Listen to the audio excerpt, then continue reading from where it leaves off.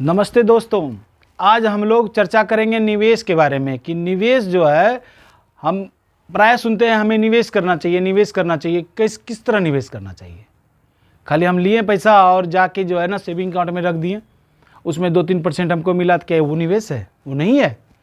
आप उसको एफडी में जाके जमा कर दिए, फिक्स्ड डिपॉजिट, तो उसमें 6-7% आपको इंटरेस्ट मिल रहा है, तो क्या वो निवेश है? वो नहीं है। क्यों नहीं है?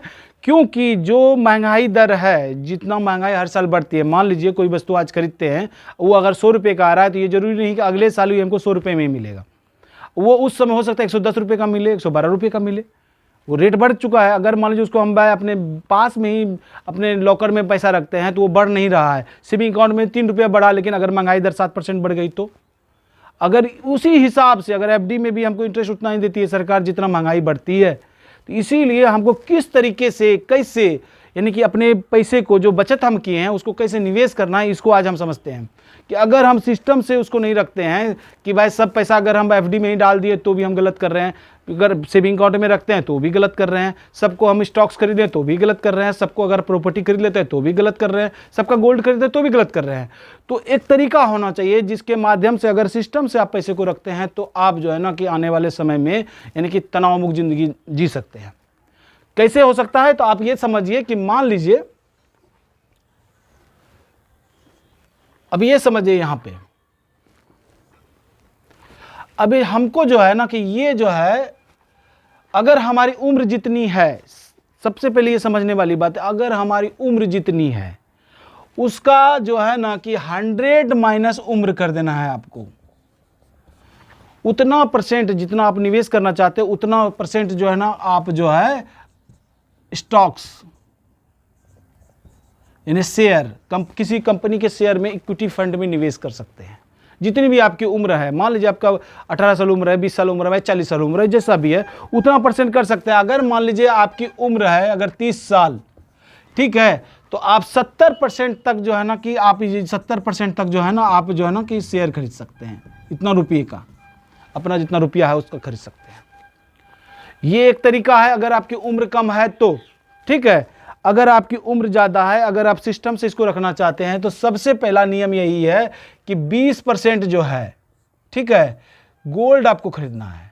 जो आपके पास धन हो, जितना रुपया आप बचाते हैं या जिसके जितना रुपया, आप मान लीजिए कि आपके पास दादा परदादा का ही कोई संपत्ति मिला, उसको हम कैसे मैनेज करें, तो करना क्या है, सबसे पहले आपको 20% गोल्ड में निवेश करना है। उसके बाद जो है ना कि 20% आपको जो है प्रॉपर्टी में निवेश करना है, जिसका हम जमीन खरीदते हैं। ऐसा नहीं करना है कि सारा का सारा आप प्रॉपर्टी खरीद लिए और फिर उसके बाद फंस गए, क्योंकि प्रॉपर्टी को आप सही तरीके से समय पे बेच नहीं सकते हैं। अगर बेचने के लिए बहुत सारा यानी कि सिस्टम यानी कि उसमें लगेगा, टाइम लग सकता है उसमें, वो टुकड़ा करके आप बेच नहीं सकते हैं। अलग अलग स्टॉक्स अगर आपके पास रहेगा तो आपको जीवन में जो जरूरत होगा, जैसे हमको भाई इस समय हमको 50,000 रुपये की जरूरत है, तो आप 50,000 रुपये का शेयर बेच के अपना काम पूरा कर सकते हैं। या बच्चे का फीस अदा करना है तो इससे कर सकते हैं। और ये जो है ना कि जिस प्रकार से गोल्ड बढ़ता है, गोल्ड जो है हमें 8%, 7-8% तक का ही ग्रोथ देती है। प्रॉपर्टी का भी वही चलता है 8-10%, 11%, लेकिन स्टॉक जो है ना 15 से 20% तक सालाना हमको कंपाउंडिंग इंटरेस्ट देती है। जिसके कारण जो है ना अगर हम 20 साल तक शेयर में निवेश रहते हैं, अगर वो 20% का हमको ग्रोथ देती है, अगर हम 2,000 रुपये भी निवेश करते हैं, वो 63 लाख में तब्दील हो सकता है।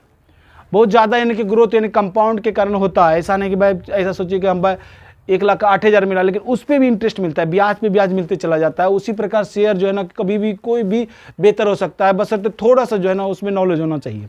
अगर आपको शेयर के बारे में पूरा नॉलेज नहीं है तो आप हमसे सीख सकते हैं, अन्यथा आप म्यूचुअल फंड में निवेश कर सकते हैं, जो भी 15-20% का आपको इंटरेस्ट दे देती है। अब बैंक में एफडी में जो आप रखते हैं पैसा, तो उसमें कम होता है। तो 20% आपको जो है यानी कि प्रॉपर्टी में डालना है, अब 20% गोल्ड में डालना है। अब ये जो है ना ये पोर्शन जो है ना बाद में आता है, तो पहले आप ये समझ लेते हैं कितना किस में डालना है। तो अब जैसे 20% गोल्ड में डाल दिए, 20% प्रॉपर्टी में डाल दिए। अब इसमें से जो है ना कि 10% आपको कैश रखना है, जो आपके पास पैसा है।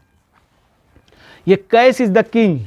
अगर कैश आपके पास रहेगा तो वो कैश, अगर मान लीजिए कि स्टॉक्स में कोई अपॉर्चुनिटी आती है, मार्केट क्रैश होता है, तो उस पैसा, अगर कैश मेरे पास पैसा है तो उसमें आप निवेश करके उसमें जल्दी मुनाफा कमा सकते हैं। जब क्रैश होता है बहुत तेज़ी से ग्रो करती है कोई भी कंपनी, तो अच्छी कंपनी, लार्ज कैप कंपनी बहुत तेजी से ग्रो करती है, इसलिए कैश बहुत ज़रूरी होता है। हर चीज़ में कैश 10% जो है, 10% कैश आपके पास होना चाहिए। अब उसके बाद जो है प्रॉपर्टी में भी कर दिए, गोल्ड में भी कर दिए और कैश भी अपने पास रख लिया। एफडी में आप 10% आप इसमें पैसा रख सकते हैं, सिर्फ 10%। एफडी में कितना पैसा रखना है? 10% पैसा रखना है और 20% गोल्ड में निवेश करना है, 20% प्रॉपर्टी में करना है और 10% आपके पास कैश रहना चाहिए।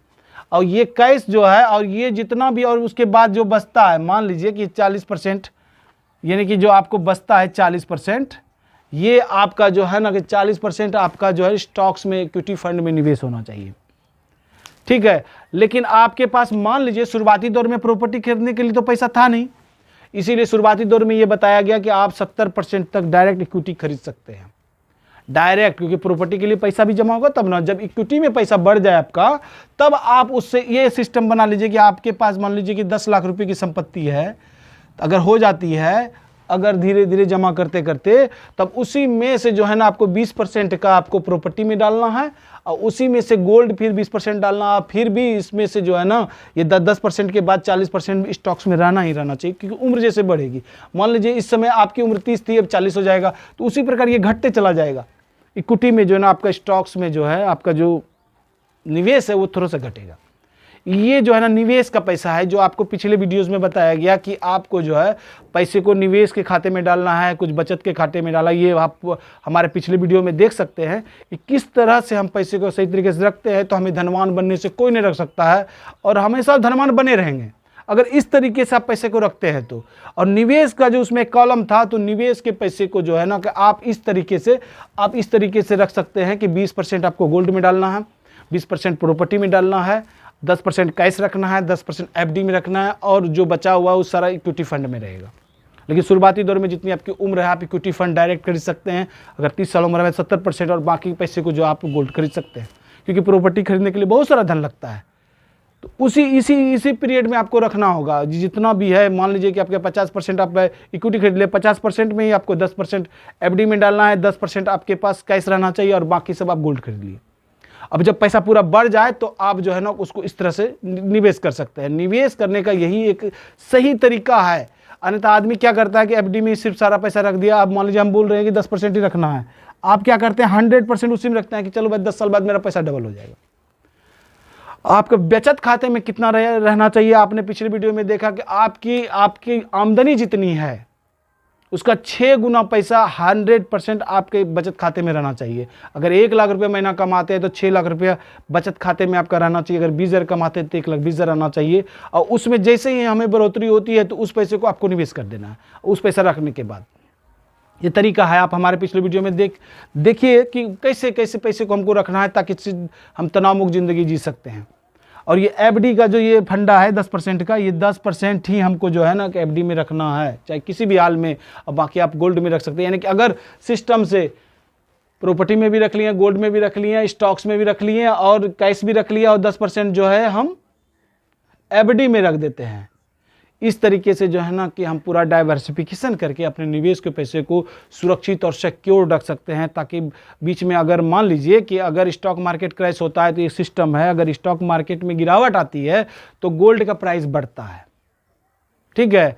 तो उसी प्रकार प्रॉपर्टी का भी प्राइस कभी बढ़ता है, कभी घटता है, कभी बढ़ता है, इसी प्रकार ये चलते रहता है। लेकिन हमेशा याद रखिएगा कि प्रॉपर्टी और गोल्ड यानी कि स्टॉक से ज़्यादा रिटर्न नहीं दे सकता है। आप हमारे पिछले वीडियोज़ में भी देख सकते हैं कि किस हिसाब से यानी कि स्टॉक मार्केट ग्रोथ किया है आज से 40 सालों में।